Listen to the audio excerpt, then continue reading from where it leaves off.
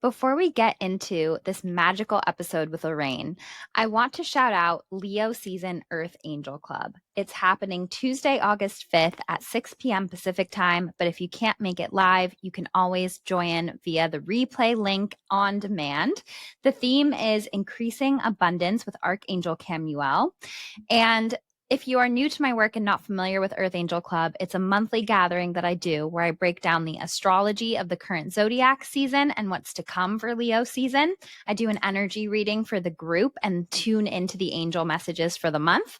And I do a guided angelic meditation. And the theme this month is Increasing Abundance with Archangel Camuel. I was so inspired by this conversation with Lorraine. And so if it resonates with you, a lot of the themes and imagery that we talk about in the episode, I'm going to weave into the meditation for Earth Angel Club Leo season. So if you want a way to make the most of your Lammas, I hope that you'll join us, and I can't wait to see you there.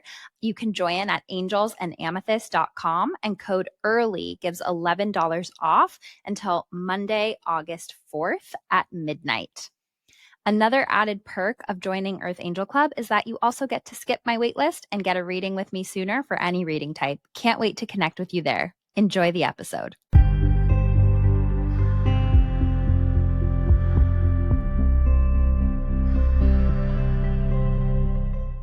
Welcome back to Magic Hour Podcast, my love. Taylor Page here. And I'm Claire. Thank you so much for joining us.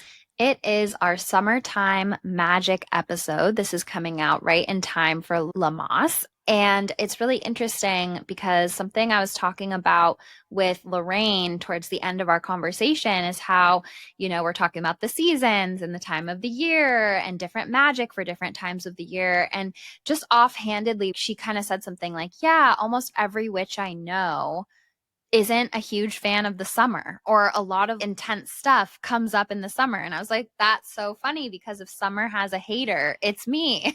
I'm such a fall person, and summer, and I always attribute it to my Chiron being in Cancer, that it's just like crybaby season for me. And I, if anything, get a little seasonal depression in the summer, which is so weird.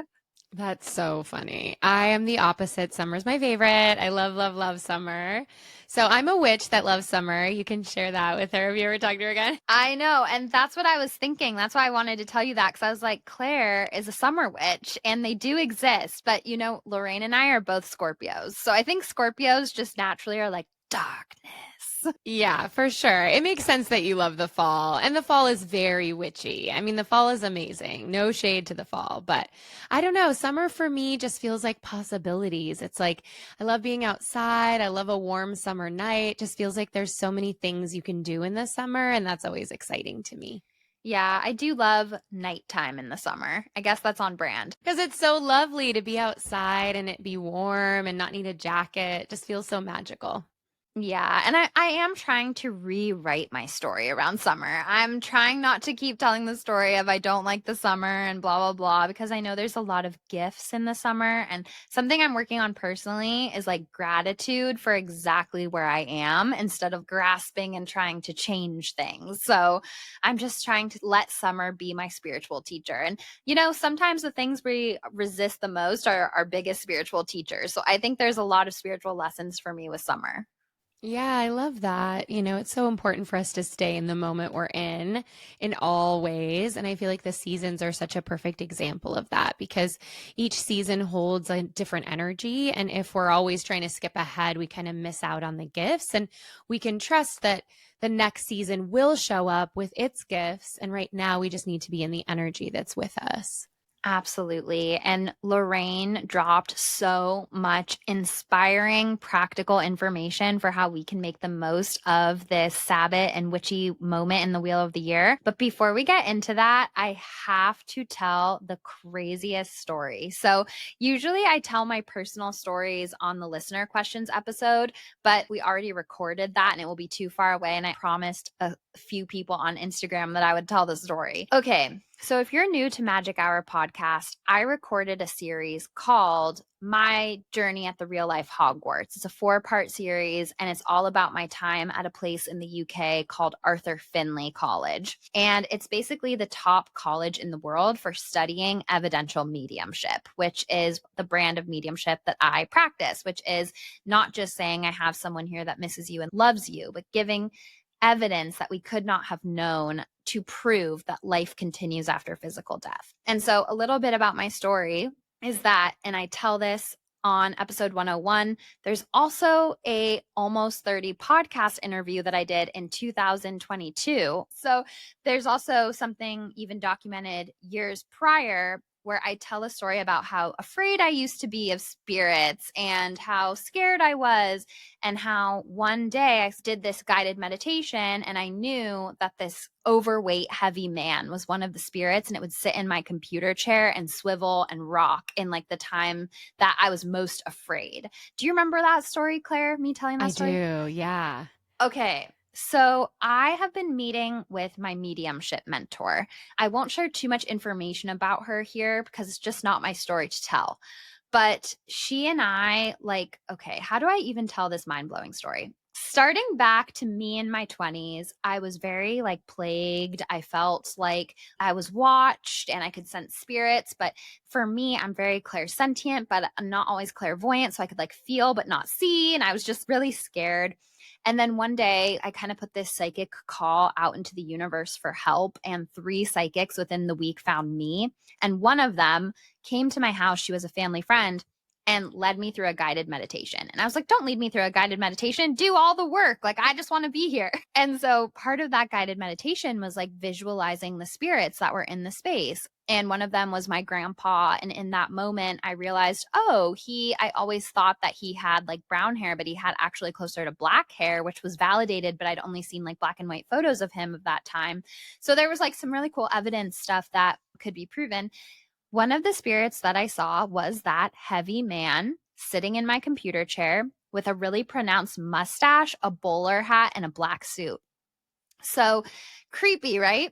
Like just who you hope to just be watching you from your freaking computer chair. And he would make it swivel and creak. And I was like, this is effed up. So scary. I know. I was so scared. And, I tell this whole story of how finally I like had it up to here and I locked myself in the closet 6th Sense style and said the scariest thing in this house is me. And then it all stopped. So fast forward, that was like in my 20s is when I was really seeing that man. And fast forward to how old was I?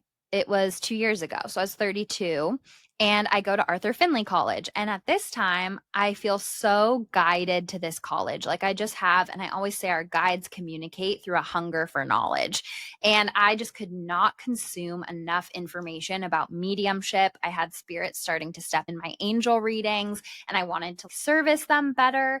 And one thing led to the other. And it basically was just set up in the easiest way ever for me to go to this college because my husband and I didn't do our official honeymoon. And then we went to the UK and then I could go to this school. Like it all just kind of worked out in this very synchronistic way that felt extremely divinely led. So I'm at the college and there was a exercise that I didn't share on the Arthur Findlay College series because first of all, I was there for 2 weeks and I didn't share a lot of the stuff that was more about personal takeaways. I shared more of the stuff that the audience could get their own takeaways and messages for. But there was a deeper blending with spirit exercise that we did probably day 4 or 5 of my first week. And our teacher guided us through this meditation where we were like meeting one of our guides and we almost went into a trance like state. And it's the first time I think I touched trance where my consciousness like stepped all the way to the back and I felt that same heavy man that was in my computer chair all those years stepping forward. It's almost like I was watching him from the back and he was in front of me and I was in such a deep blend with him. And then, of course, it was like time to go to lunch after that. And everybody just left. And I was like, girl, I need like an hour in silence right now. That was so intense. I'm like wide open. I can't be around people's energy right now. So I want to read to you guys my journal entry from that day. Deeper Blending with Spirit, September 7th, 2023. I felt a pioneer come to me, Arthur or Arnold. I got the sense that a tree was dedicated to him. He had old healing hands with age spots. You are so held, child. He put his hand on my heart and told me he was going to help me heal my heart because I have much deeper and more healing to give the world. That's why this lesson keeps coming up in class. When I got in my head, he said, "Stop that fussing." LOL. He said, "I know you need a gentle hand." He sent me healing light when my mind started to come in to bring me deeper, almost like a blindfold of light. Then it felt like he sent me healing and like more spirit somehow worked through his hands to me. I saw a green, golden, burnt orange color, primarily with some blue. As he worked, I sat taller and my neck got longer and longer. I began to cry and I felt pressure and release in my chest. I feel like this pioneer spirit led me here. So that's my journal entry. So fast forward to last week, or no, a couple days ago. I have no sense of time. That's why I have to journal. So fast forward to almost 2 years later. I'm sitting with my mediumship mentor. And out of nowhere, she's been giving me this assignment like, hey, as you're sitting in the power, start to like suss out who your guides are. So I actually didn't tell her yet, like, oh, when I'm in a deeper blended state, I feel a heavy man who's been with me since like my 20s at least. So she's talking, and I was telling her, like, I'm a little frustrated because I'm sitting in the power and I can only get a handful of things, but I'm not getting more info. And she was saying, like, that's really normal. And when you work with guides, it takes sometimes years to connect with them, and they drop in little pieces of information as you're like more and more blended with them. And so she was like, for the longest time, I only knew that I had a guide who was a super heavy man. And I was like, wait a minute. I said, did he have a mustache? And she was like, yeah. So I was like, I think we have the same guide because that's what I'm super aware of. And as I'm starting to blend with him, I just feel really heavy man, dark hair, mustache. And I also know he would have been alive in the 20s or 30s and that he was a pioneer of the spiritualist movement. She went, Taylor, we have one of the same guides. She's like, I know his name and he's given me dates and things that I couldn't have known. So she's like, I want you to sit with him and I want you to get that information and report back to me. So we hang up our call. I go back to that page and I knew it was him. I send her a photo of this journal entry and she goes, holy shit, his name is Arthur, which is what I wrote in my thing. So fast forward, I Google, and I'm not going to say which Arthur it is because it feels like a very personal, sacred relationship between me, my mentor, and this guide. And it doesn't feel like fully my thing to share. And also, if one of you guys is working with the same guide, I don't want to share everything because clearly he seems to be working with developing mediums and people in this space. So then I Google Arthur spiritualism and something else because I had a hunch who it was. And I see the picture and it's the man in my computer chair from over 10 years before I got led to Arthur Findlay College, when I was like struggling to be an actor, struggling to be a writer. And I was like, that mother effer guide has been getting me to Arthur Findlay College and this point and this level of my development and this level of service for who knows how long. He could have even been watching me since childhood and I didn't understand, which is like the implications of that are so mind blowing and how like supported we are on our path and all of these things. Oh, and then also there was a piece of evidence that came through where I got a name connected to him and I told my mentor, and this was before I knew who it was. And she was like, I'm not sure how that name connects. And then when I found out who it was, I noticed like, oh, that's a publishing company. That was his publishing company. So I got like more evidence. It was just so crazy. So then I tell her, is it this person? And she's like, Taylor, I'm freaking out. It is that person. You got it. And I can't believe like all of the pieces that had to fall into place for me to get that.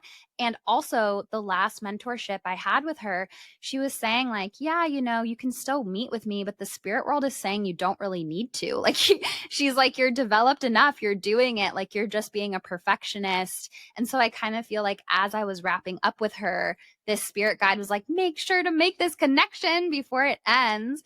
And then on top of that, the way that this mentor came into my life is also wild because I was like feeling kind of outgrown. I got back from AFC. I was like really hungry to keep developing and to keep working and to keep learning. And I went to a couple circles or things like that, and things weren't really resonating with me. And so I asked guides, spirit, like, please lead me to the mentor you want me to have. I opened my TikTok app and my mentor was the first person to come up. And I click on her, and she studied under the same person I studied with at Arthur Findlay College. And so turns out we have the same guide who like led us together. And it's just like absolutely crazy. And she said that, his nickname around the college is the professor. And she said that he also comes to people who are meant to teach mediumship. So I was like, I have full body chills. And like the fact that it started with just a trickle of information that literally I knew about him since my 20s to like specific evidence that I could validate with another person and actually give her his name.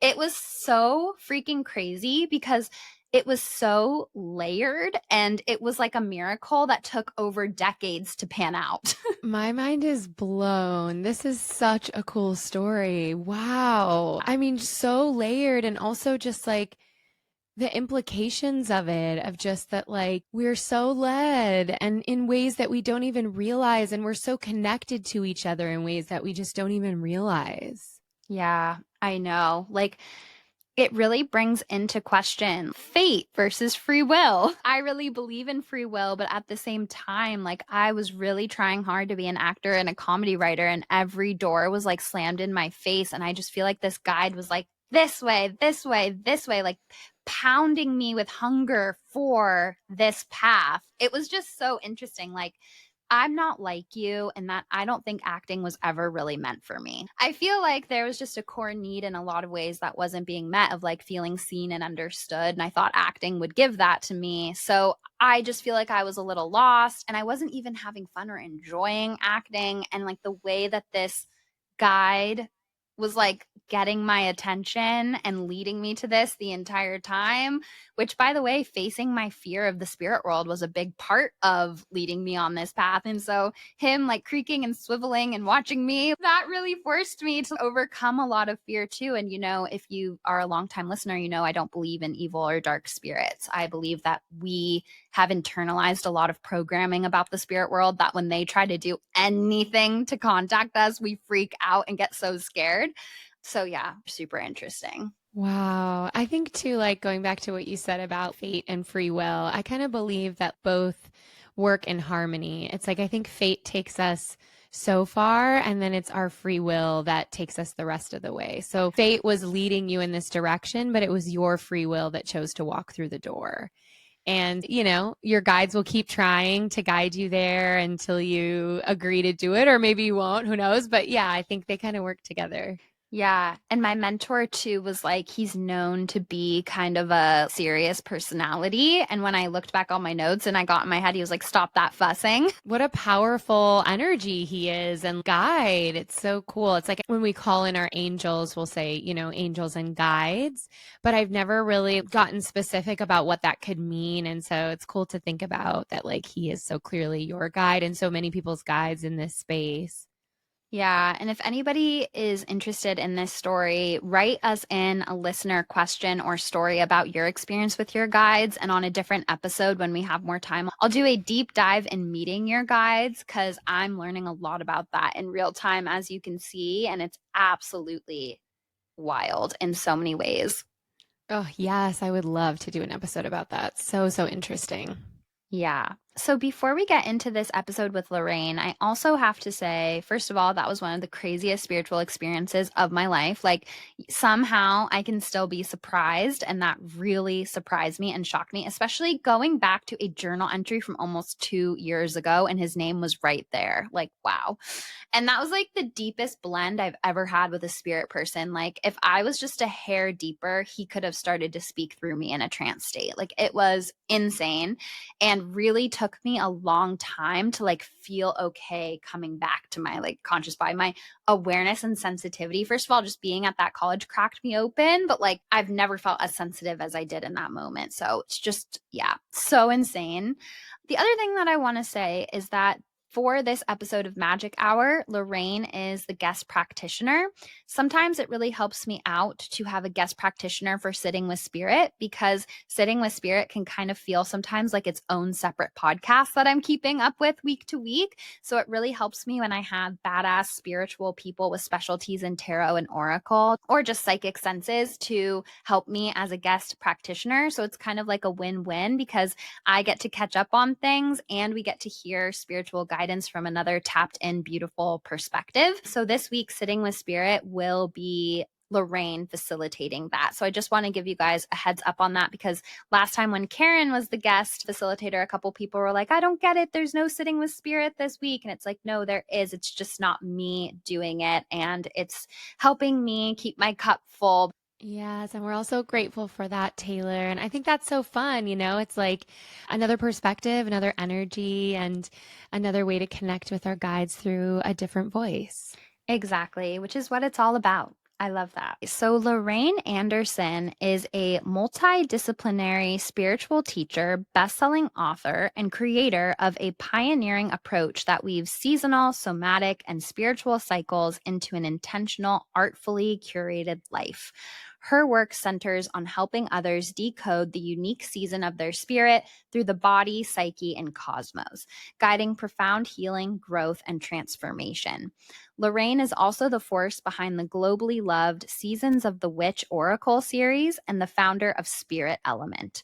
Her work has been featured in Oprah Daily, Reader's Digest, Kindred Spirit, The Spruce, and more. Welcome, welcome, Lorraine.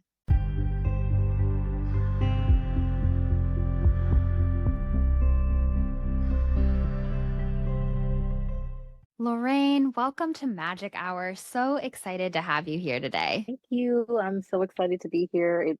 For those listening, we just did this really lovely breath exercise, and I feel like I always need things like that because my energy is very busy. So thank you for that. Same. Like I'll literally be in meditation all day before client sessions. And then I do some breath work with my therapist. And I'm like, I still need more. It's like you infinitely need more breath and spaces to check in with yourself, I think. Yeah, I think that's really true. Sometimes it's just so easy to like just run and run and run, right? And you need those conscious check-ins to remember, oh, I gotta exhale all of that tension. So that was so nice, so lovely, such a lovely way to start this. Now I'm feeling even better. I'm so glad.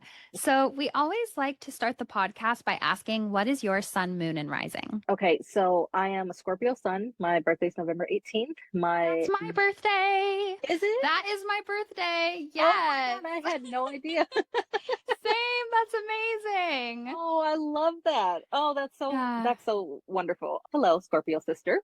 Hello. Scorpio sun, Pisces moon, and Capricorn rising. Girl, how are you doing? Like, that's a lot. Yeah, it can be a lot for sure. I'm always so grateful that I have Capricorn rising because I feel like that keeps me like tethered a little bit.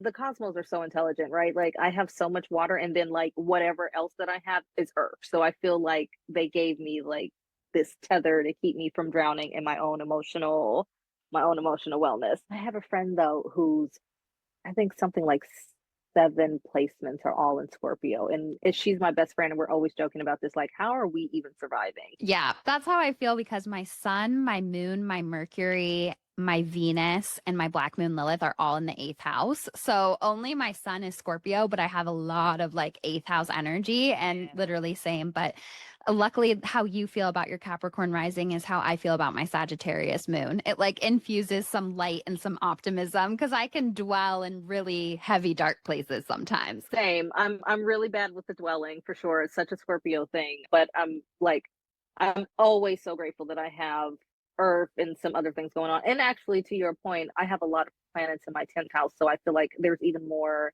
Capricorn energy coming in. So thank God. For sure. So, the second question that I like to ask, which is going to be really interesting because Scorpio sun plus Pisces moon equals psychic AF. How does your intuition speak to you? It kind of has its own personality. Like some days it wants to do some things, other days it wants to do other things. There are some days where like I really, really feel things like I can't even maybe put words to it, but like I can feel it. And then there are some times where I can see something that is so visual in my mind, like it's just like a picture. And then there are other times where I hear words or certain thoughts. Like I just feel like my intuition shows up the way she wants to show up. And my job is just to listen to her when she gets here. It's kind of like an evolving process. She's just I think of her like I think of myself. In fact, I do this type of therapy called internal family systems, and I think of my intuition as kind of the same thing. So for those who aren't familiar, internal family systems is this whole process. I always say it's like the non-woo-woo version of shadow work because it's all about speaking to your parts and reconciling your parts into the bigger whole. And I feel like my intuition is the same thing. Like she shows up in different parts. Sometimes she's screaming, sometimes she's mad, sometimes she's very gentle and calm. And just however she shows up is kind of what it is, the flavor for the day. I love that so much, especially because I find as Scorpio suns, one of our biggest lessons in this life is releasing control and like surrendering. And so the fact that your intuition is teaching you that lesson by not showing up in an expected way every single time, but asking for flow and ultimate trust. I really liked what you said about the intelligence of the cosmos, because I feel like the spirit world is also so intelligent, and the way that our intuition unfolds, the order of our clairs, the way it all layers together, it often teaches us deep soul lessons in the process of intuitive development as well. It's like woven together. So I really love how that answer demonstrates that. Yeah, I love that too. It took me a long time to learn. I'm sure you'll understand as a Scorpio. I mean, you really hit the nail on the head with letting go of control. And I feel like that's my lifelong struggle. But I think my intuition is the one place where I actually can like let go and not feel like I have to force anything. Now, it wasn't always that way, but I find that when I do let go and let it show up, it's just so much easier to receive guidance, right? Like it feels like it lands versus me wanting it to be the way that I want it to be. And then that's when I'm confused and chaotic. So it is nice to have something that feels like it's obviously much more intelligent than I am. And like, I'm okay with that. Like I'm good with that. That feels really good. Yeah, I'm so comforted by that. Like in my client sessions, I literally have to do less. I just have to get out of the way and let spirit work. So I completely agree. And I feel like as a Scorpio sun and a birthday twin with you, I really struggle with control and attachment to outcomes. And something I have to consistently remind myself is that attaching to outcomes takes away our freedom and clips our wings. It's like the ultimate root of all suffering. So I've personally been really working on that recently. So, before we get into all things like Lammas and summer magic, I just want to hear a little bit about your witchcraft journey. Have you always felt called to this work? Did you find it later in life? Like, what is your witch's origin story? It's always such a fun story for me to tell this because I think I've been a witch for a very like all my life and didn't realize it. And actually, I was just talking to my mom about this the other day because her daughter is a professional tarot and oracle deck writer and witch book writer. And so we were getting our nails done, and she's like screaming it to the rooftop in the nail salon that like we're witches and we do all of these witchy things. And I write all these witchy things, which is great. But I said, does it ever bother you to just say it out loud that you feel like you're a witch and you're proud that I'm a witch? And she said, well, no, we've always been a witchy family, so why would it bother me? And when she said that, it really solidified that it's one of those things where I feel like it's kind of always been there in one way or another. I maybe didn't have the language to describe it, but I've always felt like talk to spirits. We've always had this thing about, if we saw shadows go across the window, that was like a spirit coming to talk to us. We've always had that in our family. And so I maybe didn't intentionally choose to go in that direction, but like little by little, things would happen where I would slowly start moving that way. And so when I was younger, it was going green in our house and being very eco-friendly and being very in tune with the earth. And my grandmother was like this expert gardener, and her teaching me how to garden and respect the garden. And then that went into eventually aromatherapy. And then I learned about plant wisdom. And then eventually I wasn't intending to, but I ended up getting a job as an executive at a crystal company.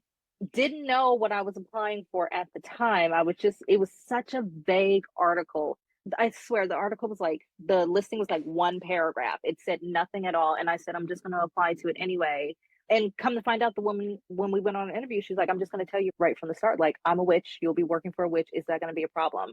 And I thought, no, I don't think it is going to be a problem. And I started working there, and then it just kind of opened up. And that's when, like, I officially became that, you know. That is so amazing. And I love the powerful women around you along the path that had no shadow around the word witch and just claimed their magic. And it's another synchronicity in our journeys that I grew up with a very witchy mom as well. She was an astrologer, and we would brew tea and do tea and charts. I'm curious, what sign is your mom? She's an Aquarius.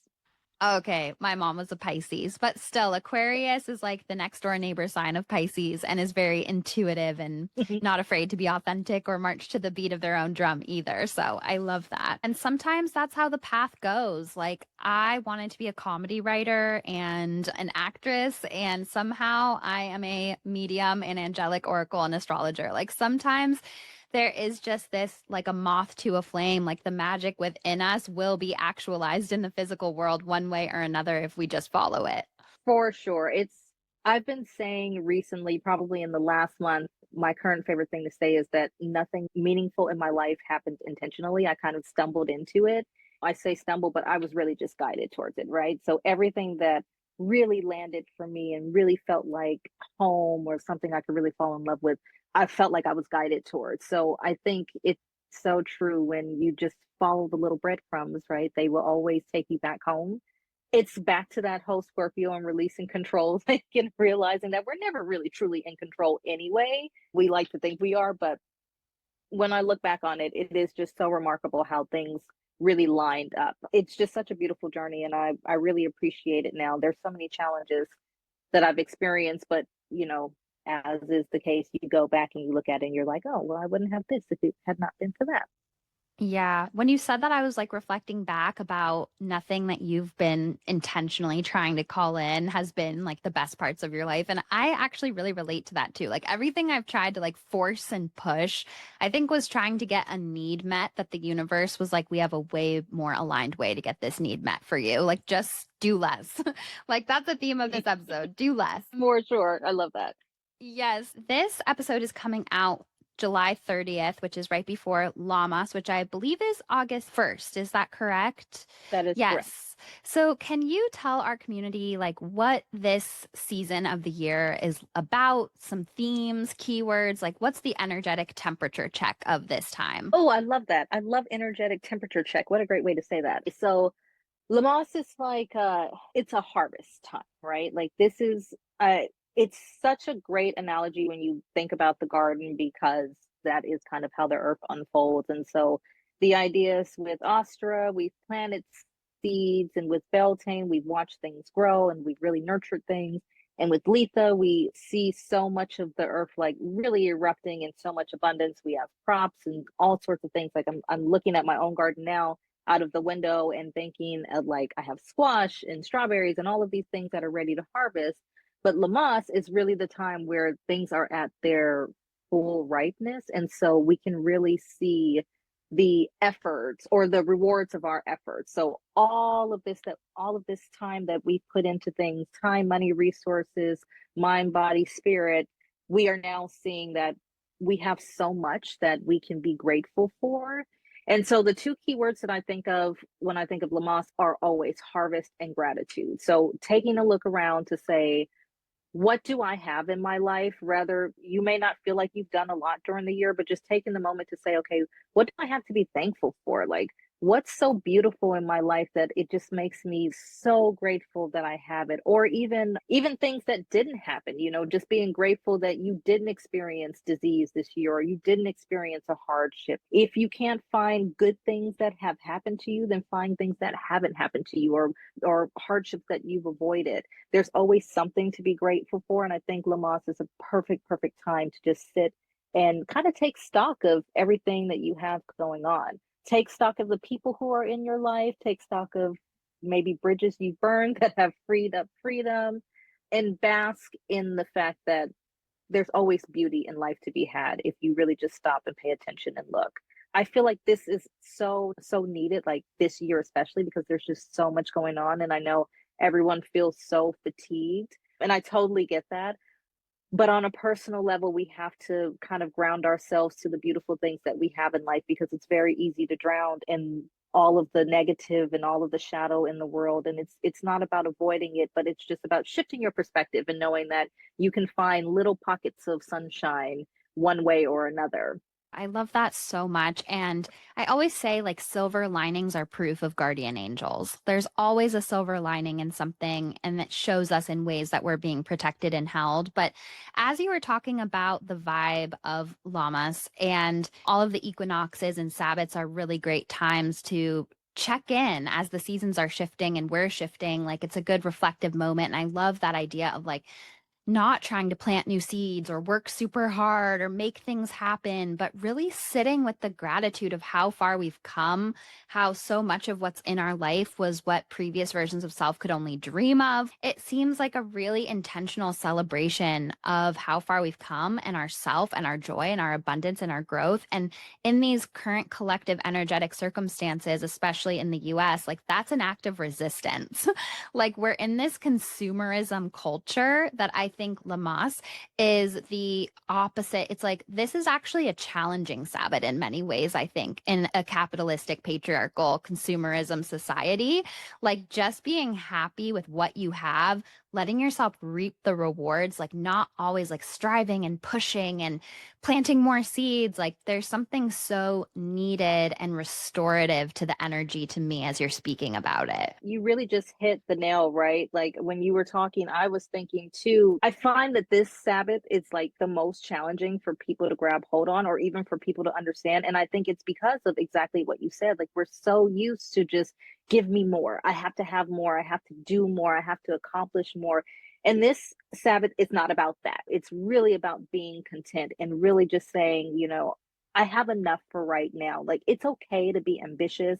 It's okay to want more things, but it's also okay to just be okay. It's okay to not feel like you have to accomplish more, and also to not feel like you have to heal something. I think that's something we really need to talk about also, is that especially in the spiritual community, we have so many people who feel like they have to be on this constant journey of healing and growing and changing and evolving. And there's a season for that. And Lammas isn't about that. It's about just saying, maybe I don't have to heal anything right now. Maybe I'm just in a good place where, I'm just learning to love myself, or I'm just learning to be okay. I'm learning how I don't have to find faults in what I'm doing, or I don't have to evolve. Like, maybe I just want to be in this season for a while and enjoy myself.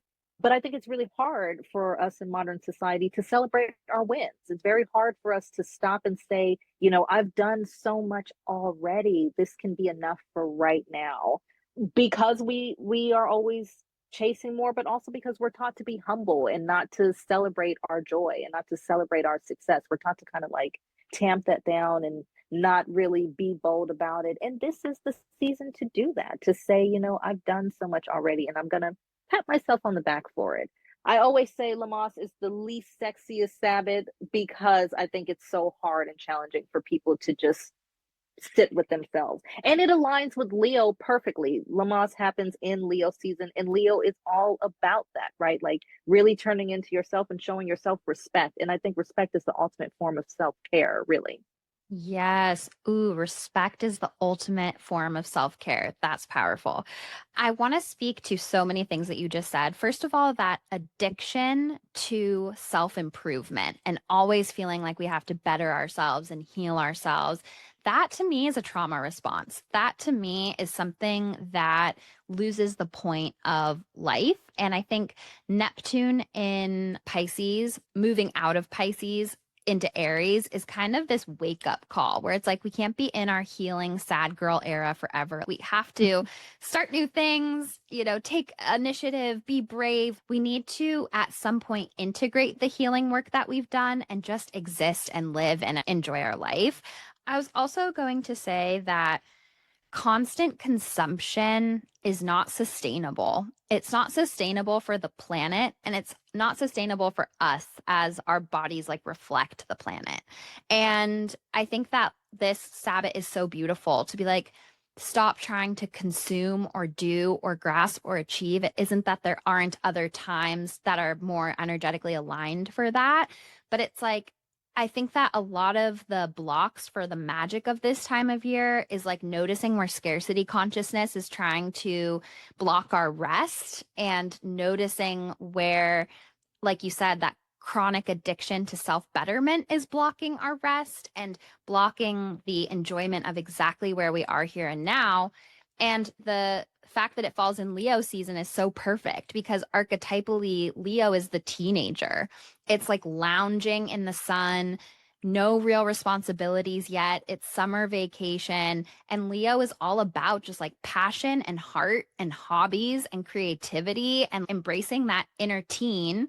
And I think that if we don't feed that part of ourselves, then when we're in the darker months of the year where it is more yin and reflective and healing, we won't really know who we are because we haven't explored every facet of who we are when we strip away who we've been told to be. For sure. I love that connection, especially with just creativity. And also you said rest. I love that because when you said that, I always think that the Sabbaths just in general are a good time to rest. And I think it's really hard to wrap your mind around that because when we think of rest, we think of sleep or we think of, laying down. And there are so many ways to rest. And for this season, resting can be just resting in your creative era, resting in your ability to just be the king of your castle and maybe eat a little bit too much, indulge a little bit too much, just rest in your joy. You can rest in a way to where it still feels creative and productive. And that's totally fine for the summer season. But also at the same time, I always feel like with this time of year, we think of summer as like light and joy and all of those things. And that is true. But I always say light creates shadows. And so we have to pay attention to the shadow part of the season too. And sometimes light can be overwhelming. It can be scorching. It can be really hot. Like right now where I live, we're going through a heat wave. And that's immediately what I think of as like a shadow version of summer in Lammas. And I think in some of those shadows, it's exactly what you said, just the chase, the feeling like you have to do something. And also you're getting to the point to where you're trying so hard to live by external appraisals and validations that you're just forgetting how to be yourself. And so you're becoming burned by trying to shine so brightly. And you don't need to do anything but just be true to yourself to really experience that. So I think it's just important to always be in tune with yourself, always listen to yourself, always ask, what do I need in this moment? Not what am I expected to do in this moment, or what do I feel like other people need me to do in this moment, but just asking, checking in and saying, what do I really need? What do I not need? What do I need to let go of? What do I need to pick up? Just having that self awareness is a beautiful thing to have. And I think the Sabbaths are like one of the best times that you can really sit in that. Yes. And I love how you said that this was kind of the most unsexy Sabbath because it feels like this would be the most exciting one. Like, oh, just joy and abundance and reaping what we sow. But we're so not programmed for that. And so many of us are in survival mode, and so many of us don't even know how to feel that in our body. So I just love this idea of like rest, not necessarily meaning sleep or laying down or escaping through binging TV, but instead, maybe doing things in a way that's a lot lighter on yourself or Yeah. not putting pressure on yourself because Virgo comes next. Virgo is the adult archetypally. It's focused on providing and details and surviving in this material world. But Leo is the last archetype before we get to the adult. It's like the last glimpse of like no responsibility, childhood, joy. So I think sometimes where we block our creativity and our abundance is feeling like everything we have to do has to be for profit or for a professional reason or for a outcome that other people will validate in us. And I think that just doing our creative processes fully because we feel like it, I think that's very restful. I agree. And I love that you keep like bringing in the psychological part to astrology and the developmental part, because I think it's such a key part of astrology that doesn't get talked about enough. But when we really look at Aries into Leo, so many of those signs are inwardly focused and turned on self. And it's developmental for a reason, because we're learning to be our full selves, right? We're learning what we need. We're learning what makes us feel good. We're learning what brings us joy. So that when we do get to Virgo, we know how to be of service because we already know what we have to give.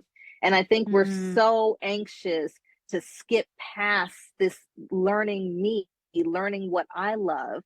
And when you do something in joy, it makes it so much easier to give to other people. When you do something out of obligation or expectation, that's when it starts to be resentful. And when you start to think, God, this feels like a to-do list. This feels like something that I'm being forced to do, versus showing up as your full self and really enjoying what you've set into. I think, and this is why I always associate Leo with finding your purpose, right?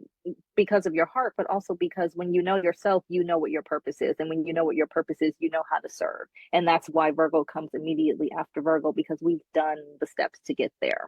Yes. Oh, I love that. And I also like to say that the first six signs of the zodiac are the recipe to healthy embodiment of the second six. So when Yeah, we don't embody healthy Leo energy and we don't know how to shine our light, follow our passions, have hobbies, be creative, be bold and follow our heart, most importantly, it's all about the heart, then we can't be in healthy Aquarius. We won't be in the right friendships and communities. We won't know how we're meant to be of service on the whole. We won't be in touch with our intuition. We won't be able to be radically authentic and innovative and in our zone of genius. So this time is like so counterintuitive because oftentimes as a collective, these second six signs in outer world achievement are what's so highlighted, but the first six signs are what we really need to embody counterintuitively to get there. I love Yeah. that perspective. So, what are some summer magic rituals or spells? Maybe what would be like an abundance ritual or spell or something that falls in with this time of the year and a nice witchy practice to do? Well, I think it's not really witchy, but I think it really falls in line with the time. And I'm certainly feeling it right now. Like I've brought out my paints lately and have just felt really called to create. And I think if you can create anything during this time, it's such a beautiful thing to do. Number one, I think we have a tendency to think that we're so creative right now, but like we're creating for consumerism, right? And so I really challenge you to create for yourself, not with the goal of turning it into a business, not with the goal of sharing it with anyone, not with the goal of doing anything else, but just saying, how can I express myself right now? And it doesn't have to be painting. You can get creative in so many different ways, whether it's just wearing an outfit that's completely outside of your comfort zone and just testing something out, or if you're cooking dinner for today and you look in your refrigerator and you're like, I don't know if these strawberries will go in this, but I'm going to throw it in there and try it. Just allowing yourself to have those moments where it's not about pressure, it's just about trying things and just learning to express yourself in whatever comes up for you. And then I think the second thing that's really beautiful to do right now is just to be in the spirit of abundance. I think part of the reason why so many of us don't have abundance or have a hard time manifesting abundance is just because we don't understand abundance as an energy. And so right now, this is the most abundant time to just go out and be in nature. And one of my favorite ways to do it is just to look at a tree that's just overflowing with leaves and just sit and look at like how nature is just naturally abundant, how things are just full and lush. And if you like, as a meditative experience, start counting leaves. And then, when you lose count, start over and start again and keep counting and just sit and observe Earth in her abundant state, which is the summer season. And not just trees. I mean, you could look at a rose bush and see how many roses are there, see how many leaves are there, blades of grass, if you see birds overhead. Like there's so many ways that we can experience abundance without it being about money. And once we detach abundance from money, then we can really fully understand it. And then that is what allows us to have more money later on, and abundance of everything else too: abundance of joy, abundance of peace, abundance of understanding and clarity. So those are the two things that I'm feeling right now. Maybe not especially witchy, but they're witchy in nature because they're all about you. And I really believe that being a witch is about being yourself. Absolutely. And it doesn't have to be some elaborate spell recipe to be just as powerful. And my definition of abundance is the ability to give our heart what it asks for. And I think that's very thematically relevant because our heart might be asking for freedom, and our mind creates the story of, I need to make this amount of money for that freedom. But there might be other ways that you can meet that need in yourself. So sometimes our heart, like I always say, when you ask from the heart, your angels always answer. And I think that sometimes we ask from the heart, but then our ego attaches a story like it has to look this way or it has to be within this timeline. And so I think one of the most powerful abundance rituals you can do is ask your heart every single day, what do you really need today? What do you want today? What is on my heart today? Like without listening to your heart, you can never live an abundant life. Yeah, I love that. That's such a great exercise. And it's true. You've said that word scarcity quite a bit. And I think it's so true. Like we do live in a scarcity mindset, and so much is blocked just because we're afraid of what we aren't going to have or what we're going to miss out on. And as a matter of fact, I heard this really funny video. Someone sent me a video yesterday talking about relationships and how a lot of people are so afraid that they're not going to meet their partner. And the response was that the universe is never going to give your partner to someone else, like they're yours. And I think whatever is meant for you is really meant for you, right? So whatever you're going to have, you cannot lose it. It cannot go to anyone else. You just have to be prepared to claim it and not to project your ideas of what it should be, because like you said, we get super focused on one outcome, which is why control is the problem. Because when we're trying to get to one outcome and we're trying to go this way, your angels, the universe are trying to send you this way, you miss all of the beautiful blessings that are on the side of the road just by staying on the path that you think is right for you. So I love your exercise. I'm going to try that myself. I'm going to do that today. Yeah, I want to try your abundance in nature visualization. That sounds really relaxing and beautiful and perspective altering. So, I'm wondering if you can tell our community a little bit about the witchy correspondences with this time of year, like flowers, symbols, elements, crystals, for people that want to add that more physical element into their rituals of working with things or creating a Lammas altar. Like, what crystals or colors or elements, what do you recommend for this time? Right off the bat, you want to look for things that are bright in nature. So yellow, red, orange. It's like a really good, easy place to start in terms of color, but also when we look at things like herbs or crystals. So for crystals, immediately what comes to mind is citrine. It's all about joy and success and really being in that joyful spirit. Sunstone is definitely another crystal. Things that correspond to success, but just not success in the way that we think of it. It's not success in the way of achieving things, but in taking stock of the success that you already have. So I think it's important to kind of shift your perspective with some of these keywords, because we say words and like one thing comes to mind, but there are many different ways to run with those energies. So also, I think this is a really, really great time to work with root chakra crystals. We tend to think of root chakra crystals as like winter crystals, but just being grounded and being in an energy of feeling comfortable and safe and supported and stable is such a Lammas thing, because it's really hard to be grateful when you don't feel those things, right? When you feel like you don't have enough, you're not feeling supported, it does become really challenging to find gratitude in your life. So working with energies that kind of bring that level of rooting and I'm okay is a really great place to start. With herbs, you definitely want to look for the brighter herbs. My favorite herb for this time of year is St. John's wort. The reason why I love it so much is because the plant itself has tiny little holes in it. So when you hold it up to the light, sun actually like beams through the plant. And so it creates all of this little experience of light flowing through the flowers. And it's really quite beautiful. And so it corresponds specifically to light and energy. And I think it was Matthew Wood who said St. John's wort brings sunniness to the soul. And I've just always loved that. I think it's so beautiful. But you can also work with something like, again, all of the yellow things, elderflower, yarrow would be beautiful this time of the year, sunflowers for sure. Very expressive flowers are also great for this time of year, not just for Lammas, but also for Leo. So big flowers like peonies or narcissus or dahlias, things that are very expressive are wonderful. I think, especially now, because flowers are so abundant, if you can have fresh flowers on your altar, it's just such a beautiful way to bring beauty and abundance into your practice every day.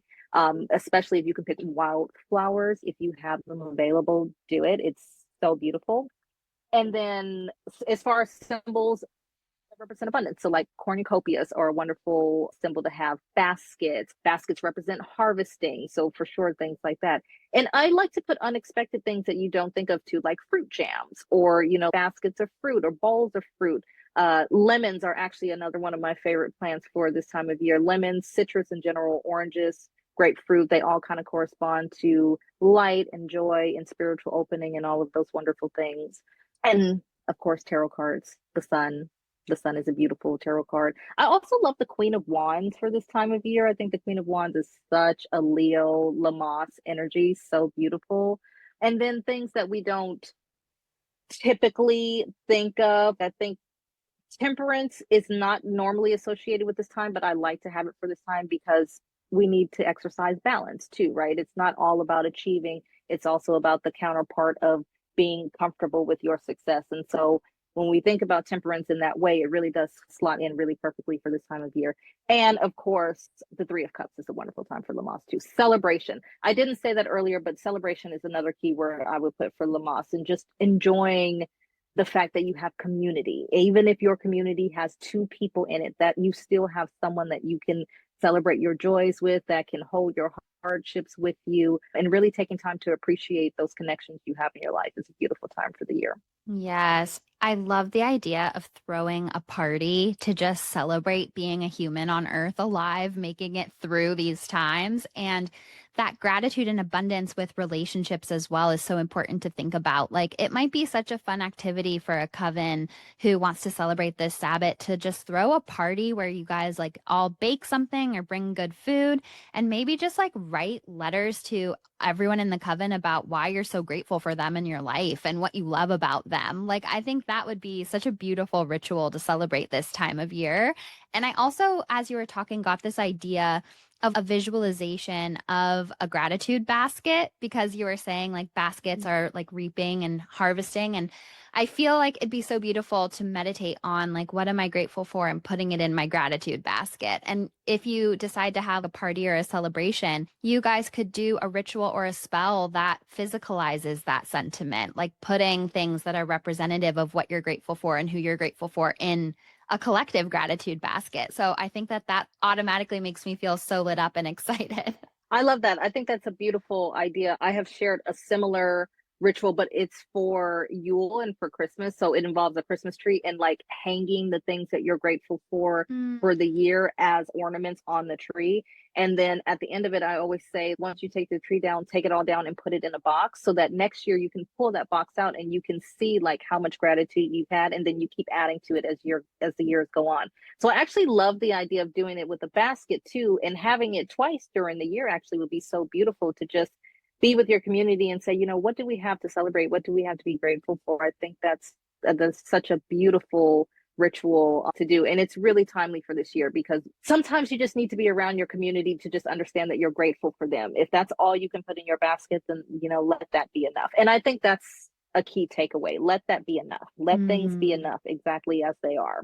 Yeah, and I think being a member of an individualistic society, it kind of is like a sister sentiment to always being addicted to self-improvement, that we feel like we always have to rely on ourselves to fill up our basket and fill up our cup and do everything.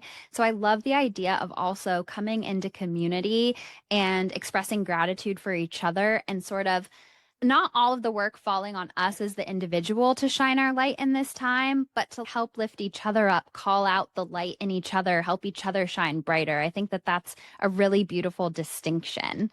So every time I have a witch on the podcast, I like to ask if you feel open to sharing a time that you did a piece of spell work and it had some sort of outcome that was like extra magical. I always like to expand people's minds with stories of how spells work, and sometimes they go in different ways than we expect. And I just think it's really fun to hear from other witches. So when I first started my business, which was originally called Moonface Collective, it was like every apothecary product was based off of the moon. But I wanted so badly to write an oracle deck, and I didn't have any idea how I was going to do it. I just knew that I wanted to do it. So I had did this ritual where I wrote down what I wanted, that I wanted to write one oracle deck and one book. That was all I wanted to accomplish. And I put it in the cigar box. This place that's near me always sells cigar boxes, and I like to buy them to take photos with. So I put it in the cigar box, and I put a couple of pieces of clear quartz in there. I put some herbs. I don't even remember what kind of herbs I put in there now. I put a piece of carnelian, and then I wrote down all of the things that I wanted as a result of the deck, or that I wanted in the deck, or like what place I wanted to be published with, like little things like that. And I put them all in this box, and I wrapped it with string, and then I sealed it with a wax seal. And so I made this like little witchy box, little intention box, and I put a piece of citrine on top of it. And then once I did that, I would visualize every couple of weeks of just being an oracle deck author and being a book author. And so that was my little spell, and I tucked it on my altar. I didn't open it. Like, I would not break this box at all. And I think maybe a year had gone by, maybe 6 months. And a friend of mine, we decided that we were going to do an independent deck, and that we were just going to figure it out. And we did. And it was like the craziest sort of situation. We got it together, and I had no idea what I was doing. Like, I was using Adobe for the first time, trying to format everything, trying to format the guidebook. And we sent it off, and the Kickstarter was a massive disaster. Like, it just didn't work at all. But we ended up getting it printed anyway. And I remember I was working with my now publisher, Rockpool. They were just sending me like books and decks to put on Instagram. And I just went, hey, I've got this deck. Would you be interested in it? And they took a look at it, and they picked it up. And that became Seasons of the Witch. My goal was to do one deck and one book, as I told you. I've now done 12 decks and 4 books. And I always say that it's because of that little box, because I was really okay with just doing one deck. Like, that was all that I wanted to accomplish. And I got all of that and more. And what I wanted to do was I wanted to be published through Hay House, and I am published through Hay House and Rockpool. So I got everything that I wanted in the box plus more. And I'm not stopping anytime soon. I have a full schedule of decks and books for the next 5 years that are already like in the works. So I always say this is probably my most successful spell, because the universe gave me way, way more than I ever thought possible.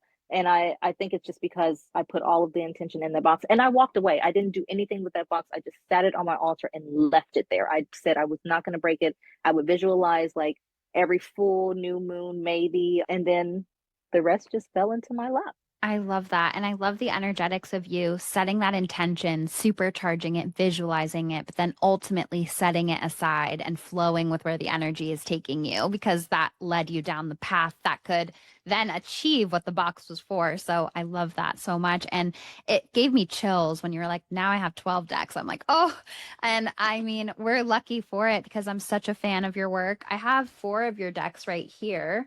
One of them is the Lammas Oracle, and I actually just got this one. I have Yule, Beltane, and Samhain. I think I have Spring Equinox too. I'm such a Samhain girl. I'm sure you are too, because, Scorpio. Yeah. But I have to just tell you a quick story with this. So there's something in LA called the Magic Market. That's like a pop-up witchy marketplace. And I actually got your deck there. And I was so excited because this interview was already scheduled. And I was like, oh my gosh, she's coming on the podcast. So exciting. So I was there with like 5 out of 8 members of my coven, and we just put out a picnic blanket and we started giving ourselves readings with this deck. And when I tell you, I have chills because a lot of us are going through intense, turbulent times, and the world is just crazy right now. And when we were pulling the cards from this deck, every single one was so on point. Like we were literally laughing. We were like, how? We were like, okay, Angel's like, you're gonna have to outdo yourself this time. And then we'd pull a card and be like, oh my God. So I just have to say, like, I'm such a fan of your deck. And for any members of a coven out there listening, my coven and I like to pull a card from these different seasons of the witch oracles for each season that we gather and meet, because we meet on all the Sabbats and equinoxes. And it's such a beautiful tool. And I'm just so grateful for the work that you put out into the world. Thank you. That's so sweet. It really always makes me feel so amazing whenever I hear comments about that, because I think, and I get this question all the time, like people are always like, "Oh, you must just be so magical and do all these wonderful things," and you never really stop growing as a person, right? You never really stop learning more about yourself. And I think you never really kind of lose the insecurity. There's always a little bit of fear, or at least I think there should be. Otherwise, if you're not afraid, I kind of feel like you're in the wrong lane anyway.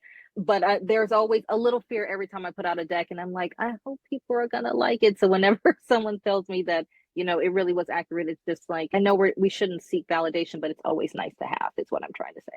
Yeah, it's so relatable. And I always say a little self-doubt is a good sign because it means that you're getting out of a comfort zone. So I could not Yeah. agree more with that. So at the end of the podcast, usually I'm the practitioner for this. I do a segment called Sitting with Spirit, where we sit with our angels, our guides, give the message for the collective. But I was really hoping that this week you would be open to pulling a card and doing a little reading for our collective. Yes, I will. I always have cards at my desk, but I'm keeping these right now. They're called the Solar Kingdom Tarot. I love these for Lammas. I think this whole theme is like sun and solar focus, but it's also very moody, which I just feel like it's such a Lammas time. I love using these with the Lammas oracles. If you're looking for a companion, this is definitely it. Let's see, let's pull a card. Okay. I pulled the Queen of Swords. Hope you can see that. I love the Queen of Swords. I love all the Queen energies. First of all, because all of them are very actualized, I like to say. Like they're very secure in themselves and their individual roles. But the Queen of Swords is all about the mind, right? And about clarity and truth. And I think that this is such a beautiful card for Lammas specifically, to the point that we were talking about earlier, about just being clear in who you are and being clear in your message, even finding clarity by talking to your heart. I think this really speaks to that, in the sense that we lack clarity because we lack connection to ourselves. We lack clarity because we lack the ability to just listen and hear our own messages. And with swords specifically, I've always loved swords because it connects to the mind, but it also connects to spirit. And it's the idea that the mind and spirit have to be at war with each other, but they really don't. They're really partners with each other. And the mind is able to have clarity, to have understanding, to be able to take that clarity and send it out into the world when it's connected to the spirit and all of the things that don't operate with the mind. It's really like the heart and the mind go together. The mind, body, heart, and soul all go together. So when I think of the Queen of Swords, I think about cutting to the truth, but really turning that in on yourself. What is your truth today? What do you need? What are you experiencing? What have you been going through that you need to give voice to? How have you been tampering with your voice? How have you been suppressing your voice? How have you been suppressing your needs? And just asking yourself, what do I want right now? What do I want for myself? What do I want for my community? How do I want to feel? How do I want to express myself? All of that is your truth too. It's not just about the truth of what's my purpose, or, when am I going to meet my soulmate, or what do I need to say to this friend? It's also about the truth of just being true to who you are, which is such a Leo thing. Being true to who you are is such a Leo thing. Beautiful card. I love that. We don't think of the Queen of Swords for Lammas, but it's such a beautiful way to express that energy, just knowing that we have to get to the truth of the situation. I love that. I love that too. And when I picture the Queen of Swords, I picture her as fierce. There's something about the Queen of Swords that doesn't take BS and kind of knows what needs to go, knows on like a mind, body, soul level what isn't working anymore, and just does not hesitate to cut it out, to cut it away. And it brings up to me, this idea, like sometimes in meditation, for like the first 10 minutes, I do something called clearing the cobwebs, which is where I let all of the thoughts and distractions and fears just come up. And to me, that Queen of Swords is like, okay, they've been seen. Now cut down to the truth of like exactly what you're saying, checking in with your truth. And I think that that is also so synchronistic with what we spoke about before about our resistance to rest, our scarcity consciousness, our internalized consumerism. So I think the Queen of Swords is like a little bit of tough love energetically, like in a good way, like bringing out a really strong side of us and holding ourselves accountable to like cut it out, stop co-creating with those things. Yeah, for sure. I think it's so important to understand when you're co-creating with things that are really not meant for you or that don't feel good for you. I think it's one thing to avoid something when you need it, but it's something else entirely when you know that this is not good for you or you know that it doesn't support you. And just having the courage, also another Leo theme, having the courage to just cut all of those things away and to be left with the purity of what you need and who you are. And it really ties back into the astrological thing. I know we were talking about the Sabbats, but they all go hand in hand. When we get to the truth of our situation, when we're operating from the heart, which is our truth, then we go into Virgo, which is purity, right? Like we can have that purity because we've gotten rid of everything else that's diluting the waters, basically. So yeah, I really would never have thought I was going to pull Queen of Swords, but what a beautiful, profound card for this time. And this is why I love tarot too, because we don't think, or we tend to look for certain cards for certain times, I find, but this is absolutely the card that's needed now. It certainly follows the theme of the episode, I think. Me too. As soon as you pulled it, I was like, yep, that's what we needed. That is exactly perfect. And I think too, one last thing I want to tack on with Queen of Swords is like the fear can come up of who am I when I cut these things away? Like part of that radical truth is cutting through the things in life that are not a match energetically, whether it's a belief, a thought, a relationship, a job, a living situation. Like the Queen of Swords is like just like cutting it out. And I think that that theme of scarcity consciousness coming up, it's like making space so something more abundant and aligned can come in. And I find that sometimes on an energetic level, we cling and attach and hold on to things that we know aren't working because it's like, who am I and what is life without this thing? And I think that that's an element of the Queen of Swords too, is like, I don't know. When I think of her, I just think of her being the one that dives into the pool. Like she's not the one that goes really slowly on the stairs, like feeling her way through like I would. She's just like fast and sharp and powerful and just does what needs to be done. And I think that that in terms of cutting things away and releasing to get to the ultimate truth underneath feels really, really powerful and resonant. Yeah, for sure. I love that too. Yeah, cut out the behaviors, cut out the things that we know aren't good for us. Like there's just an element that I feel energetically of like holding ourselves accountable to higher truth. And I think cutting out expectation too. I think so much of us operate from the expectations of others instead of from the expectation of what we genuinely want and need. And I think that's why, being able to really sit with our successes can be even more challenging. Number one, because if you don't reach the sort of success you feel like you have to have, that already brings up all of these feelings. But then also, too, having to look at any success you did achieve and saying, is this really my form of success? Is this really what I wanted? I think it's really hard to look at both of those things. So the Queen of Swords and her saying, well, it's time to really get to the truth of the matter. And that would be my takeaway anyway, as just a journal question for all of your listeners. Journal about what success actually means for you and if you have actually felt like you've attained that. That's just such a powerful thing to dig in on. Lammas is harvesting your own version of success and knowing what that is so that when Ostara comes around, you can actually plant the seeds for that.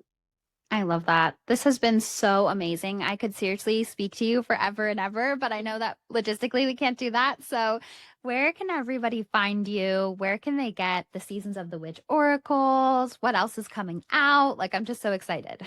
Okay, so you can find me Spirit Element. It's pretty much everywhere, all of the places, Instagram. You can find me on TikTok, but I don't ever put anything up there, so don't look there. My website is spiritelement.co.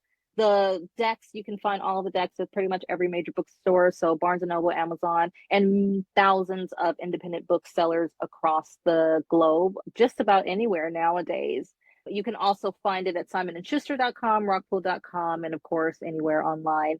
And then what's coming out, it's kind of still hush hush, but I'm slowly making announcements about it. But the Seasons of the Witch tarots are coming out. So we're starting with the winter season, which comes out in October. So with Seasons of the Witch oracles, it follows the Sabbats, so the 8 Sabbats of the year, the wheel of the year. But with the tarots, we're going to dig into the 4 seasons: spring, summer, fall, and winter. And they're meant to be companions for the oracles so that you can work with both seasons of the witch in whichever way that feels most natural for you, or work with them together.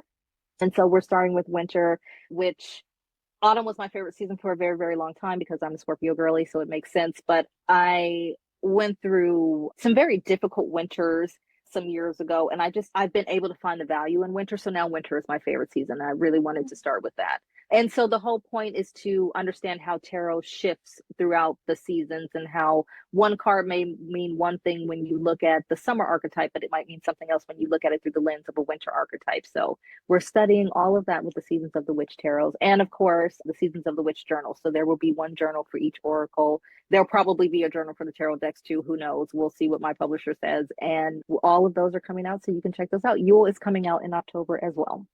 Seasons of the Witch. I can hardly contain my excitement. This is such exciting news, and I cannot wait to get them and work with them. It's interesting because I'm such a fall girly too. I actually love winter, but my hardest season is summer. I really struggle in the summer, and I get summertime sadness.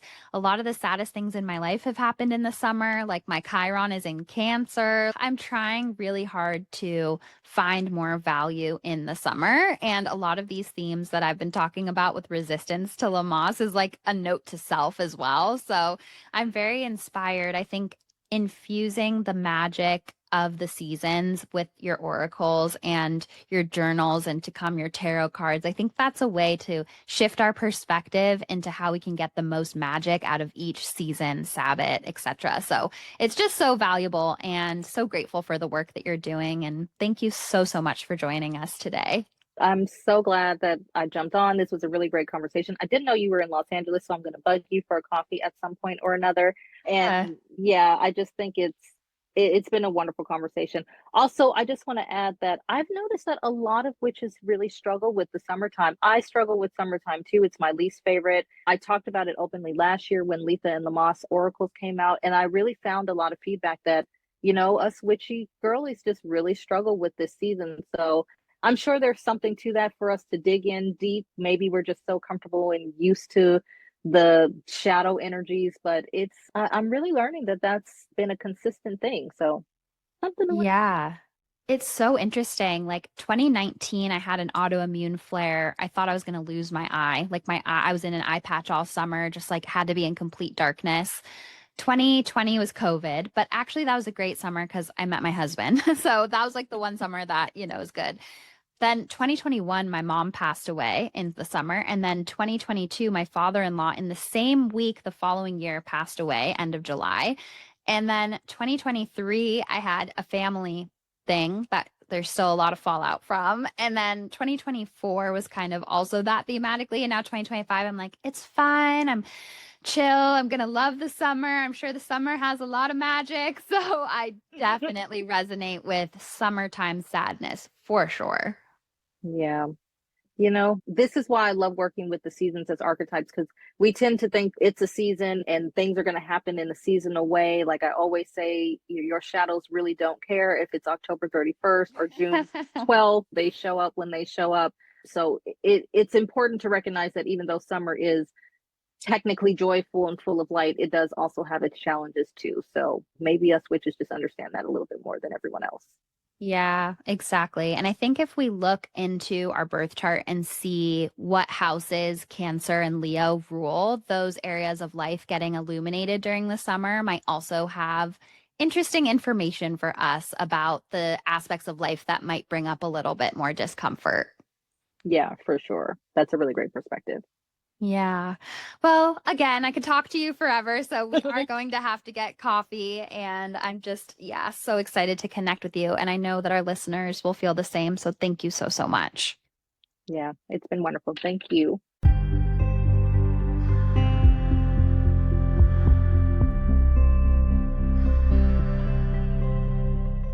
For For more information on Taylor and her work, go to angelsandamethyst.com or connect with her on Instagram at angels_and_amethyst. She is the one verified account with this name and will never DM you for a reading. If you have any questions about intuition, spirituality, angels, or anything and everything magical, please email contact@magichourpod.com. We will answer listener questions once a month in our solo episodes. Are you an aligned business owner that would like to advertise to our beautiful hummingbird community? Please email contact@magichourpod.com. Make sure you're subscribing to Magic Hour so you never miss the magic. And don't forget to leave us 5 sparkling star reviews. They help more magical people find the pod. Please screenshot and email your 5-star reviews to contact@magichourpod.com, and we'll send you a free downloadable angelic meditation and enter you to win an angel reading with Taylor Page. If you review on Spotify and Apple Podcasts, we'll add your name twice. And if you share the podcast on your Instagram story and tag us, we'll add your name a 3rd time. The next giveaway will happen when we hit 222 5-star reviews on Apple Podcasts and Spotify. Thank you for listening to Magic Hour with Taylor Page. Remember, you are magic.